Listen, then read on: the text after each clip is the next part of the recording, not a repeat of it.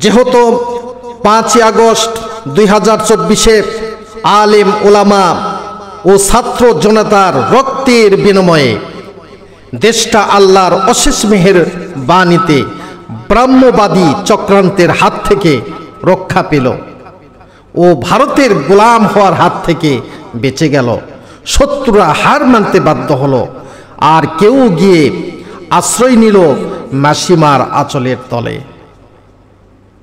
এভাবে দুনিয়ার এমন বহু নজির আছে যার থেকে আমরা বারবার এবং বহুবার দেখতে পেয়েছি যে ঐক্যের পিছনে থাকে আল্লাহর গায়বী মদত। তাই ঐক্যের শক্তির চাইতে বড় কোনো শক্তি খবর আমাদের জানা নেই।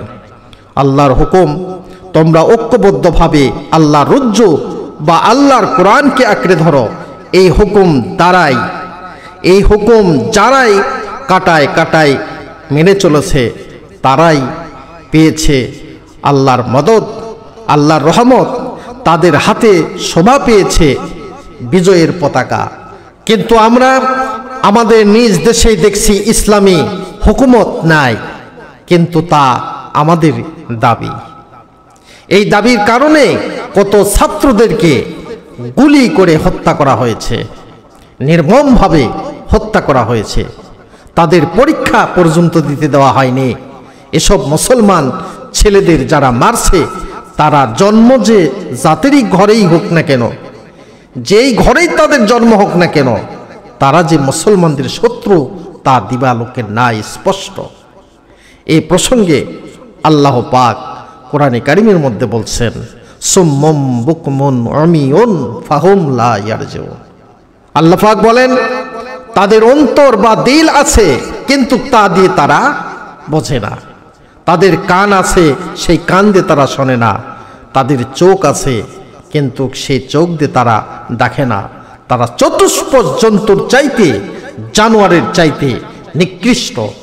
যারা জামাত শিবিরের গায়ে হাত দেওয়াতে মনে করে যে মারুক, তাদেরকে বেশি করে মারুক, তাদেরকে যত পারে মারুক না কেন, ওদের আমাদের তো কিছু বলছে না, তারা তো আমাদেরকে কিছু বলে না, কাজেই ওরাই শুধু মার খায়।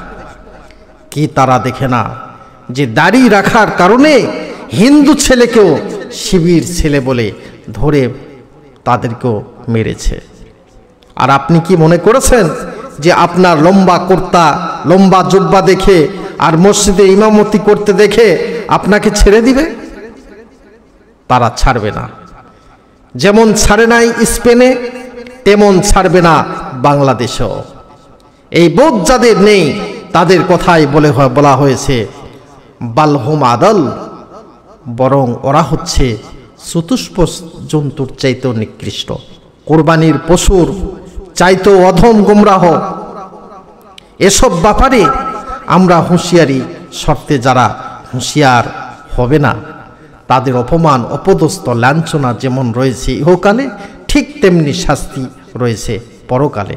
এই কারণেই আমার একান্ত অনুরোধ, আপনারা বুদ্ধিমান জ্ঞানীগুণী মুসলমান, বিশেষ করে আলিম, নিজেদের মধ্যকার ভেদাভেদ ভুলে গিয়ে এখন সময় থাকতে এক হওয়ার চেষ্টা করুন। মনে রাখবেন, ডান হাতকে যেমন বাম হাতের শত্রু মনে করা উচিত না, তেমনি কালেমার বিশ্বাসী মুসলমান অপর মুসলমানকে শত্রু ভাবা ঠিক না। এই বোধ কি আমাদের মধ্যে উদয় হবে না? অবশ্যই হতে হবে।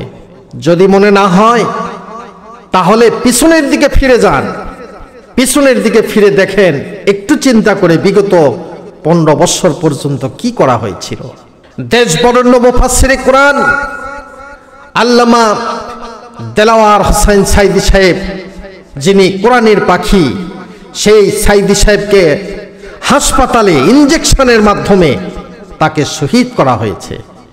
ইসলামী আন্দোলনের অসংখ্য আলেমকে ফাঁসির কাস্টে ঝোলায়ে মারা হয়েছে। অসংখ্য আলেমকে 14 বছর নির্যাতন করা হয়েছে, নিপীড়ন করা হয়েছে।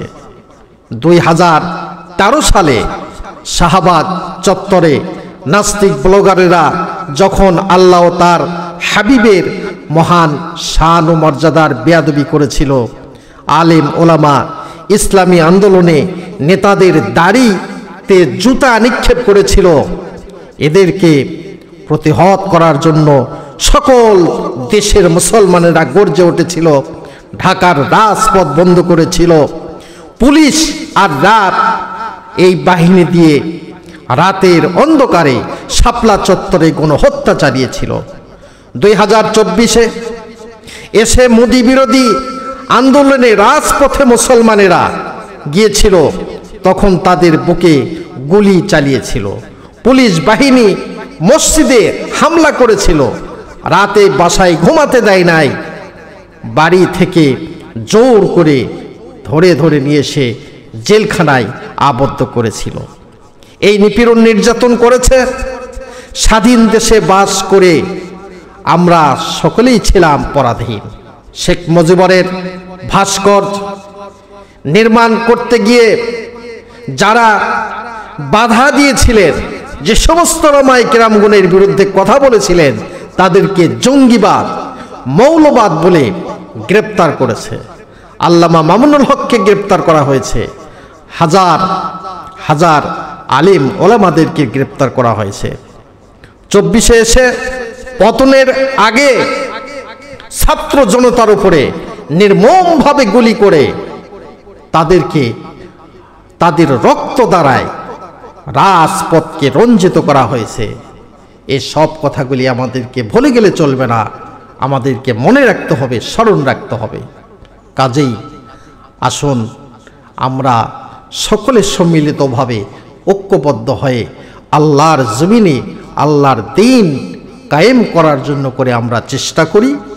কোনো শত্রুর কাছে আমাদেরকে মাথা নত করতে হবে না। আল্লাহ পাক নিজে বলছেন, ফামান তাবিআ হুদায়া ফালা খাউফুন আলাইহিম ওয়ালা হুম ইয়াহজানুন। যারা আমার কোরআনের থেকে হেদায়েত গ্রহণ করেন, কোরআন দ্বারাই ব্যক্তি, সমাজ, রাষ্ট্র, পারিবারিক জুডিশিয়াল ল, ফৌজদারি দণ্ডবিধি যারা পালন করে, কোরআন মতে যারা চলে, তাদের কোনো চিন্তা নাই, তাদের কোনো ভয় নাই। সাম্প্রতিক কালের দিকে লক্ষ্য করুন, আফগানিস্তানে কয়েকটি ইসলামী দল ছিল, তাদের বিভিন্ন নেতাও ছিল, তাদের মধ্যে জামাতে ইসলামীও ছিল। যতদিন এই সবকটি দল একত্রে মিলিত না হয়েছিল, ততদিন তারা মার খেয়েছে। আর যখনই তারা একত্রে মিলিত হয়ে ঐক্যবদ্ধভাবে লড়েছে, তখনই তাদের প্রতি আল্লাহর পক্ষ থেকে সাহায্য নাজিল হয়েছে। সুবহানাল্লাহ। আর তারা আফগানি দখল করলেন, আফগানিস্তান তারা দখলে নিল। শুধু তাই নয়, সবচাইতে বড় একটা শক্তিকে তারা তেড়ে দিতে সক্ষম হয়েছে। সময়ের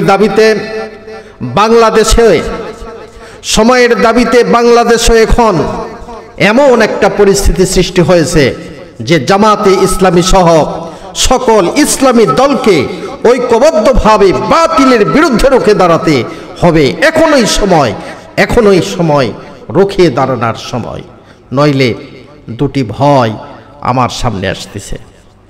একটি ভয় হচ্ছে বিদেশি মদদে এ দেশকে বিচ্ছিন্ন করার চেষ্টা আরো জোরদার হতে পারে। দ্বিতীয় নাম্বার, বাংলাদেশের স্বাধীনতা ও সার্বভৌমত্ব হুমকির সম্মুখীন হতে পারে। কাজেই সচেতন মুসলমানদের এখনই ঐক্যবদ্ধ হওয়া আমি উচিত মনে করি। সম্মানিত সুধী, আমি আপনাদের সামনে আজকে ঐক্যের সুফল, অনৈক্যের কুফল সম্পর্কে আলোচনা করব।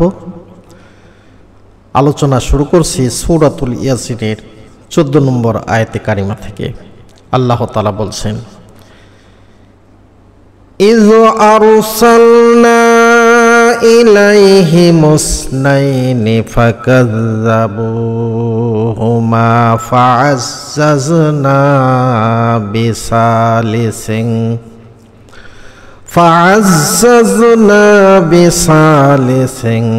ফাকালু ইন্না ইলাইকুম মুরসালুন।